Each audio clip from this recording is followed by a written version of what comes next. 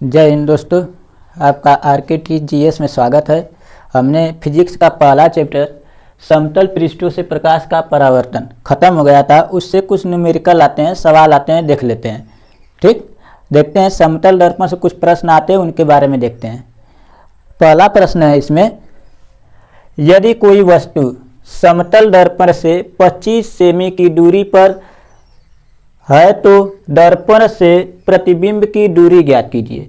आप जानते हैं कि समतल दर्पण होता है इस तरह का, एक तरफ कलई किया गया होता है, यह कलई किया गया भाग होता है। और समतल दर्पण का यह गुण होता है कि इसके सामने वस्तु जितनी दूरी पर रखी रहेगी, वस्तु जितनी दूरी पर रखी रहेगी उतनी दूरी पर उस वस्तु का क्या बनता है, प्रतिबिंब बनता है। उतनी दूरी पर उसका प्रतिबिंब बनता है, प्रतिबिंब बन जाता है।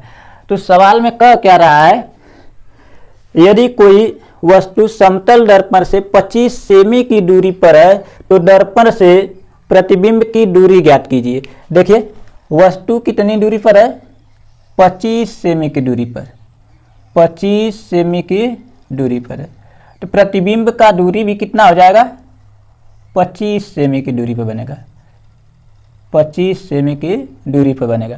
क्योंकि समतल दर्पण का यह गुण होता है कि वस्तु समतल दर्पण के सामने जितनी दूरी पर रखी रहेगी उतनी दूरी पर प्रतिबिंब बनेगा। तो वस्तु प्रतिबिंब की दूरी कितना हो जाएगा, आंसर इसका कितना आ जाएगा, 25 सेमी, 25 सेमी। आगे देखते हैं, अगला प्रश्न क्या बनेगा, यदि कोई वस्तु समतल दर्पण से 30 सेमी की दूरी पर है तो वस्तु से प्रतिबिंब की दूरी बताइए। इसमें पूछा था दर्पण से प्रतिबिंब की दूरी। देखिए, दर्पण यहाँ पे है, दर्पण, लेकिन इसमें पूछ दिया है कि वस्तु से प्रतिबिंब की दूरी बताइए। देख लीजिए, ऐसे ही सवाल पूछता है। तो यह हो गया समतल दर्पण, समतल दर्पण हो गया। और समतल दर्पण से वस्तु 30 सेमी की दूरी पर रखी गई है, 30 सेमी की दूरी पर रखी गई है। तो आप जानते हैं जितनी दूरी पर वस्तु रहती है उतनी दूरी पर ही प्रतिबिंब बनता है, उतनी दूरी पर प्रतिबिंब बनेगा। तो प्रतिबिंब की दूरी कितनी हो जाएगी, ये भी 30 सेमी हो जाएगी, ये भी 30 सेमी हो जाएगा। प्रतिबिंब की दूरी भी 30 सेमी हो जाएगा, प्रतिबिंब। अब पूछ रहा है, यहां पे वस्तु है, वस्तु पूछ रहा है कि वस्तु से प्रतिबिंब की दूरी बताइए। बताइए, वस्तु से प्रतिबिंब की दूरी यहां से लेकर यहां तक, प्रतिबिंब यहां तक है, यहां तक की दूरी कितना हो जाएगा, 30 यह और 30 यह मिला के पूरा कितना आ जाएगा, 60 सेमी। यानी कि वस्तु से प्रतिबिंब की दूरी कितनी हो जाएगी, 60 सेमी हो जाएगा। आंसर कितना आ जाएगा, 60 सेमी। ठीक, तो यहां से हम लिख सकते हैं, यदि कोई वस्तु समतल दर्पण से 30 सेमी की दूरी पर हो तो वस्तु से प्रतिबिंब की दूरी दर्पण से वस्तु की दूरी प्लस दर्पण से प्रतिबिंब की दूरी के बराबर होता है। यानी कि हम मिला देंगे यहां से 60 सेमी आ जाएगा। आगे देखिए,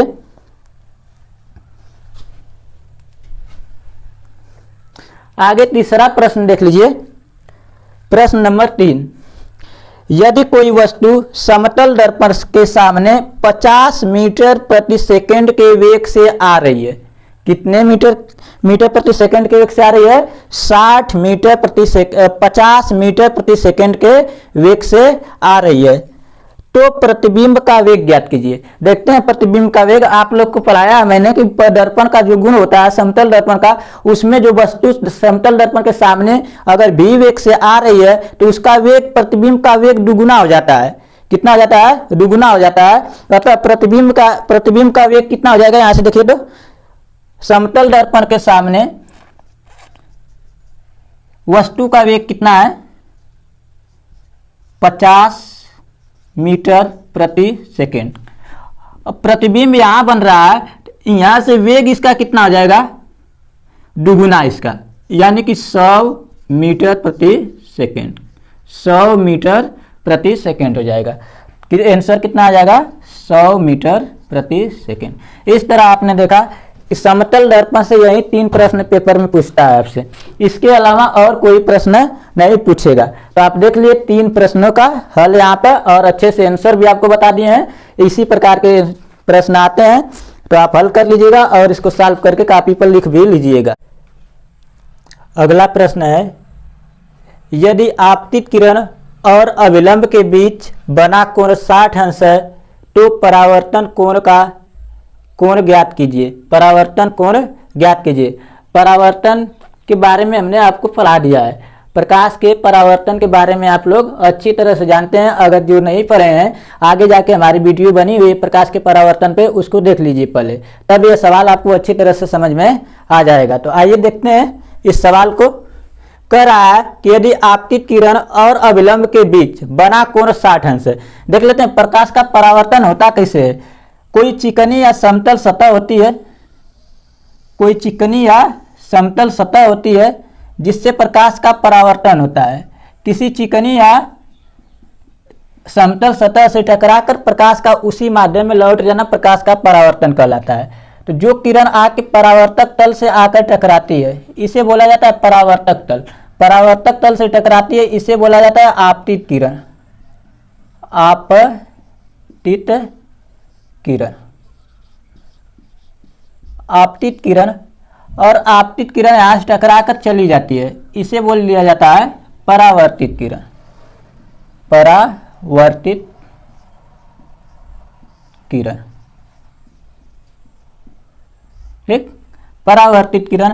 और बीच में यह होता है आपतन बिंदु। यहाँ पे होता है आपतन बिंदु और बीच में एक खींच दिया जाता है विलंब, जिसे अभिलंब बोला जाता है। जिसे क्या बोल दिया जाता है?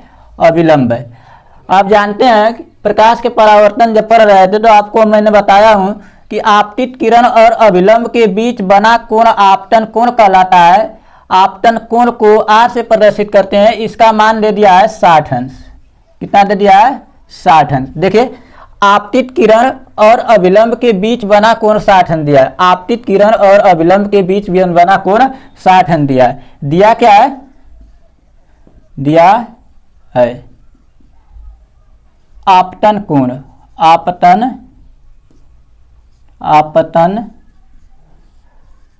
कोण बराबर 60 अंश। और पूछ रहा है परावर्तन कोण। परावर्तन कोण बराबर पूछ रहा है। तो आप जानते हैं परावर्तन के द्वितीय नियम से, परावर्तन के द्वितीय नियम से, द्वितीय नियम से आपतन कोण बराबर परावर्तन कोण होता है। क्या होता है? आपतन कोण बराबर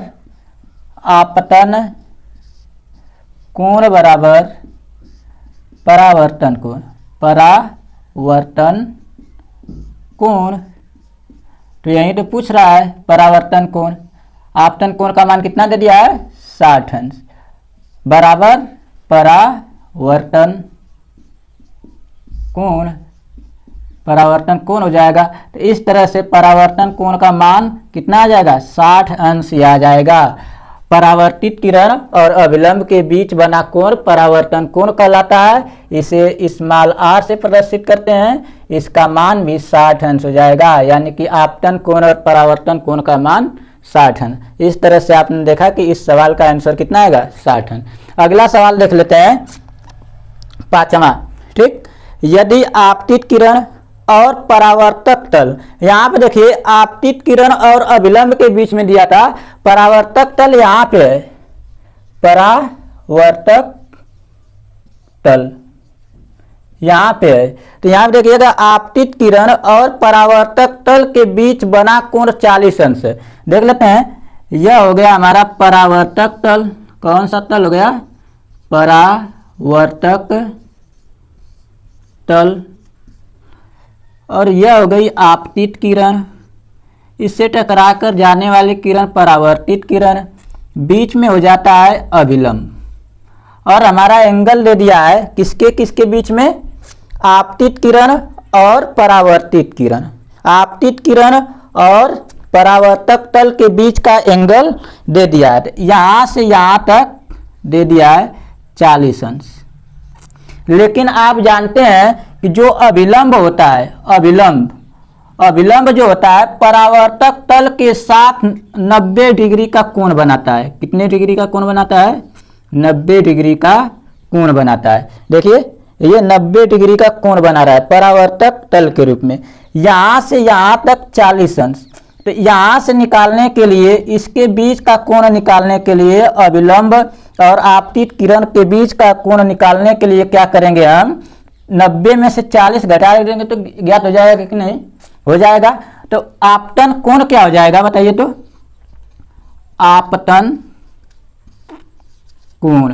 आपतन कोण बराबर 90 माइनस 40 बराबर 50 अंश।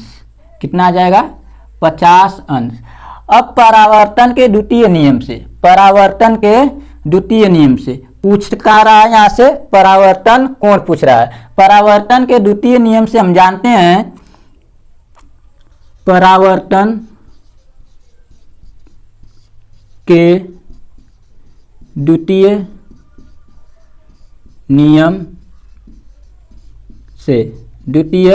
नियम से आपतन कोण बराबर परावर्तन कोण। आपतन कोण हमने कितना निकाल लिया था? आपतन कोण आ गया था 50 अंश। तरह से आपतन कोण हमने निकाला था 90 माइनस 40 बराबर 50 अंश। तो इसका मान हो जाएगा 50 अंश बराबर कितना? परावर्तन